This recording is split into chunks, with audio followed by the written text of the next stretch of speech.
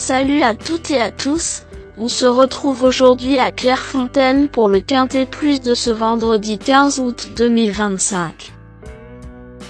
Aujourd'hui, vendredi 15 août 2025, je vous emmène à l'hippodrome de Clairefontaine pour le prix Genibet Super Top 5, support du Quintet Plus, également connu sous le nom de prix de la Côte Fleurie 2025. En réunion 1, course 3, nous assisterons à une épreuve de galop sur 2400 mètres, disputée sur piste en gazon corde à droite. Ce handicap, doté de 52 800 €, réunit 16 chevaux âgés de 3 ans. Le départ est prévu à 15h15. Bonne chance à toutes et à tous dans vos jeux. Le pronostic quintet du jour. Voici quelques conseils pour vos jeux avec 3 bases pour votre quintet plus. Première base. Le cheval incontournable du prono. La base quintet en or.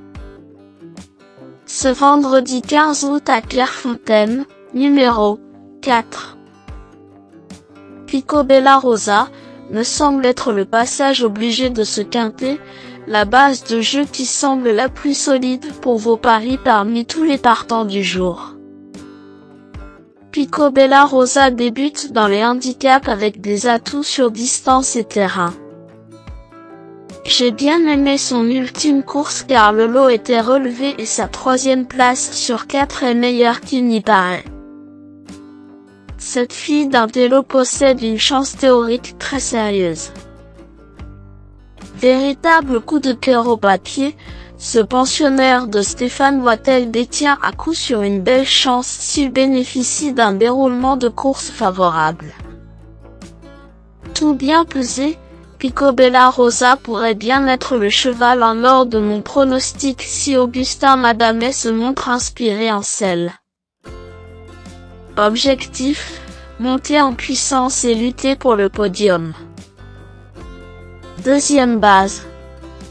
Pour une base de jeu logique en quintet plus, le bon favori semble être numéro 7, Flamme Rouge, est un excellent point d'appui voire une deuxième base très solide pour jouer au quintet plus. Flamme Rouge reste en forme après son succès dans le derby de l'Ouest et devrait apprécier distance et terrain du jour. C'est son sport, selon le redoutable entraîneur Francis-Henri Graffard sur jeudi. Vu sa victoire facile devant East Gray et son poids du jour, Flamme Rouge semble incontournable ce vendredi. Avec un bon parcours, cette base incontournable au papier devrait intégrer le tiercé gagnant du jour. Troisième base. Pour un trio qui claque, j'ai choisi numéro 5, Avant l'orage, semble être un choix intéressant. Le choco du jour ou PMU. Avant l'orage reste sur une superbe fin de course à Vichy, mieux placé dans les stalles, mérite une très grosse note de méfiance aujourd'hui. André Fabre insiste à ce niveau. Probablement pas pour rien. J'aurais préféré ce fils de camp d'Arche en piste souple mais attention à lui-même en bon terrain. Le bon tocard du jour. Pour tenter de décrocher le jackpot au PMU avec une 4e base spéculative dans ce prix de la Côte Fleurie 2025, mon coup de poker du jour est numéro 3. East Gray, car c'est l'outsider à 20 qui peut faire trembler les favoris malgré sa cote de tocard. East Gray n'a pas eu un parcours favorable récemment et fut battu par Flamme Rouge et Flying Free. Auparavant, il battait l'excellent Bonamira qui s'est classé 3e de Listed depuis. Malgré un poids défavorable, une revanche sur Flamme Rouge n'est pas totalement à exclure à mon avis. Indice du confiance 4 sur 10.